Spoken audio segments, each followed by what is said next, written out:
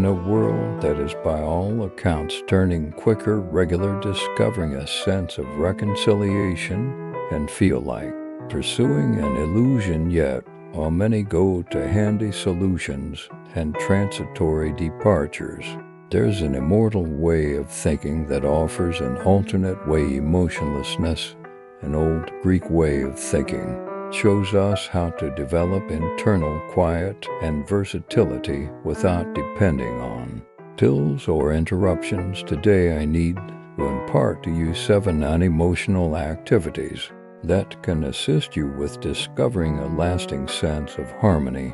We've all been looking for these. Practices are straightforward, however significantly powerful, drawing on the insight of a portion of history's most noteworthy. Cares either way. If you value what we're helping here out, I'll ask from you is to raise a ruckus around town button and skirt no piece of the video. You won't have any desire to miss these important bits of knowledge. Whether you're prepared to find how you can change your mentality. What's more, embrace peacefulness in the midst of the mayhem state, and this could be the beginning of an excursion that makes a huge difference. In our regular routines, we're frequently told to remain positive and look on the brilliant side. While confidence has its advantages, it likewise has a clouded side. Continually accepting that all that will go impeccably can set you up for frustration. Envision beginning your day anticipating that everything should go flawlessly just to end it feeling crushed by the cruel, real factors of life.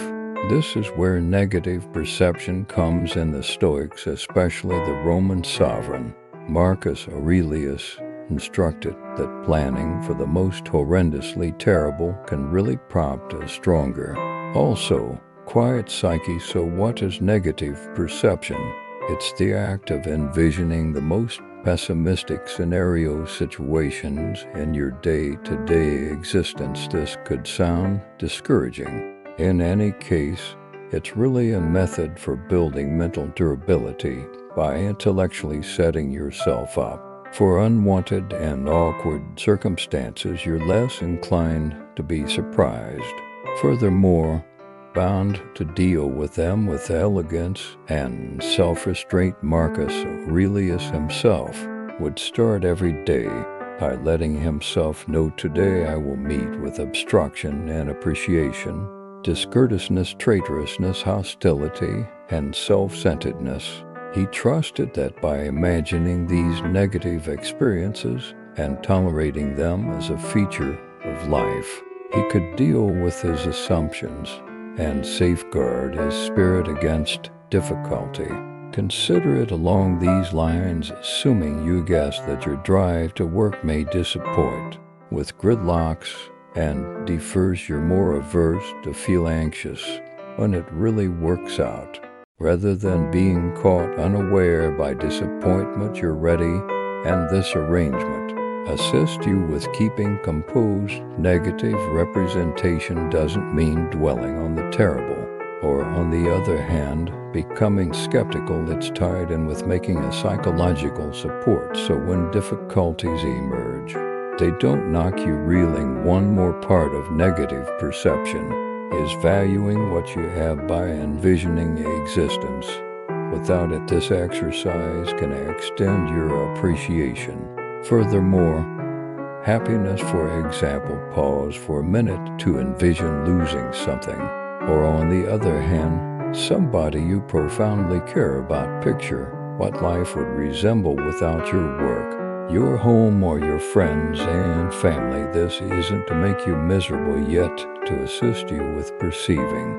Also, appreciate their worth considerably more. When you practice this consistently, you begin to see your life from a perspective of appreciation, making regular encounters more significant. Negative visualization is additionally helpful for taking care of dread and uneasiness.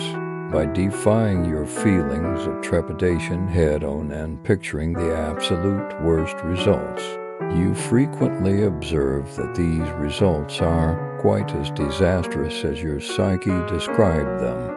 This can be amazingly freeing, for instance, on the off chance that you're anxious about falling flat. A major venture at work carve-out opportunity to envision what might occur in the event that you fizzled. Could it destroy your profession, or could it be a chance to learn and develop? Most frequently, you'll observe that the results are sensible and not life-changing. Besides this, emotionless practice can work on your connections by setting yourself up intellectually for the chance of mistaken assumptions, intentions, or an appreciation. You can answer with tolerance and seeing as opposed to outrage or dissatisfaction. You become more tolerating of others' defects and weaknesses since you've previously expected them. In our current reality, where moment delight is the standard, creating restraint can want to swim upstream. Anyway, the Stoics accept that dominating discretion is vital to accomplishing genuine internal harmony and opportunity. By figuring out how to oversee our driving forces and wants begin zero and on the main thing. Also, explore life's difficulties with effortlessness and pose restraint begins with perceiving the contrast between what we have some control over and what we can't. Epictetus made a reasonable qualification among inner and outside factors. He expressed things as we would see it: pursuit, want, revulsion. What's more, in a word, whatever are our own decisions, things not in our control. Our body, property, notoriety, order, and in single word, whatever, are not our own decisions.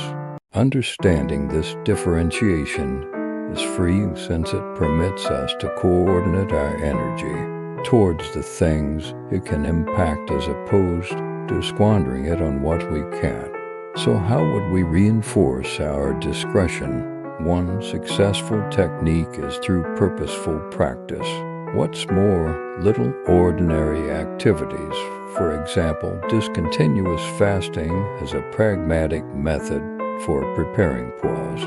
By setting explicit times when you don't eat, you figure out how to fight the temptation to thoughtlessly nibble. This assists you with controlling your dietary patterns as well as constructs discipline that can be applied to different aspects of your life. Another straightforward yet strong activity is to bite your food a specific number of times prior to gulping. It sounds simple, however, it's shockingly troublesome, particularly on the off chance that you're accustomed to eating rapidly. This training compels you to dial back and be careful. Improving your restraint, the Stoics additionally stress the significance of dealing with our responses to outside occasions. Envision you're trapped in rush hour gridlock and somebody removes you. Your quick drive may be to blare your horn and revile, however, rehearsing discretion implies taking a full breath and deciding not to let this minor episode ruin your day. By zeroing in on how you answer as opposed to the actual occasion, you keep up with your internal harmony. Furthermore, pause after some time. These little demonstrations of discretion collect, prompting a more adjusted and tough psyche. Another strong practice is deferring delight. In our high-speed world, we're frequently enticed to look for surefire joy, whether it's through online entertainment, unhealthy food, or shopping. The Stoics anyway train us to stand by and survey whether these motivations line up with our drawn-out objectives. Furthermore, values next time you want to actually look at your telephone or eat that piece of cake. Stop, briefly inquire as to whether this activity fills your more prominent need. Or on the other hand, in the event that it's simply a transitory craving, this delay assists you with recapturing control over your motivations and pursue more smart choices. Restraint isn't just about opposing allurements, yet additionally about resolving to activities that line up with our qualities in any event, and they are challenging. For example, making opportunity every day for exercise or reflection requires self-control, particularly when you don't feel like it. The Stoics trusted that by reliably picking activities that line up with our standards, we reinforce our personality and assemble strength. This training can be applied to any everyday issue, from work to individual connections.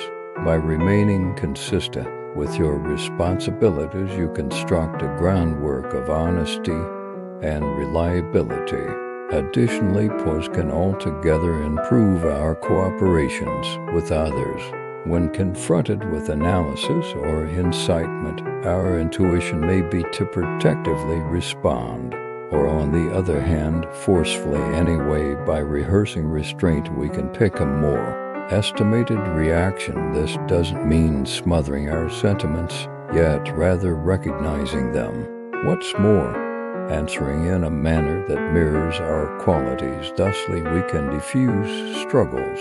Furthermore, cultivate more agreeable connections. This approach is especially helpful in proficient settings where staying under control can prompt improved results. What's more grounded, coordinated efforts. This training is tied in with liberating yourself from the unreasonable stress over others' thought process of you. In this day and age, we frequently wind up caught by the anxiety toward judgment. We cautiously curate our online entertainment profiles, express ourselves carefully in discussions. What's more, now and again, even adjust our actual selves to fit in or be enjoyed. This steady concern over how we are seen can restrict our activities and bliss, keeping us from living really and completely. The Stoics instruct that the assessments of others are not inside our control, so we shouldn't let them direct our conduct. Marcus Aurelius reminded himself day to day that others' viewpoints were not his anxiety. He zeroed in rather on his own decisions and values.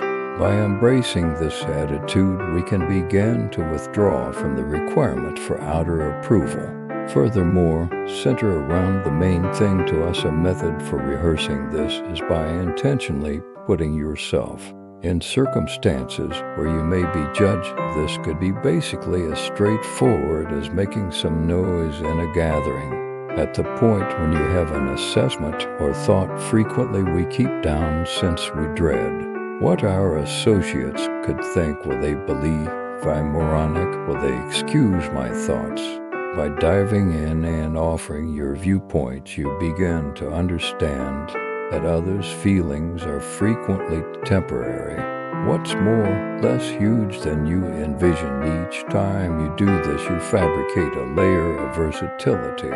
What's more, certainty. One more method for rehearsing is by wearing something unpredictable, or on the other hand, accomplishing something somewhat beyond normal practices. For example, you could wear a brilliant, strong outfit that sticks out, or you could decide to move in broad daylight. These activities can at first feel awkward in light of the fact that they open you to possible judgment.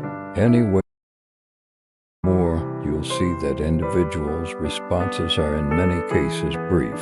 Furthermore, shallow. The vast majority are too up to speed in their own lives to invest a lot of energy pondering yours.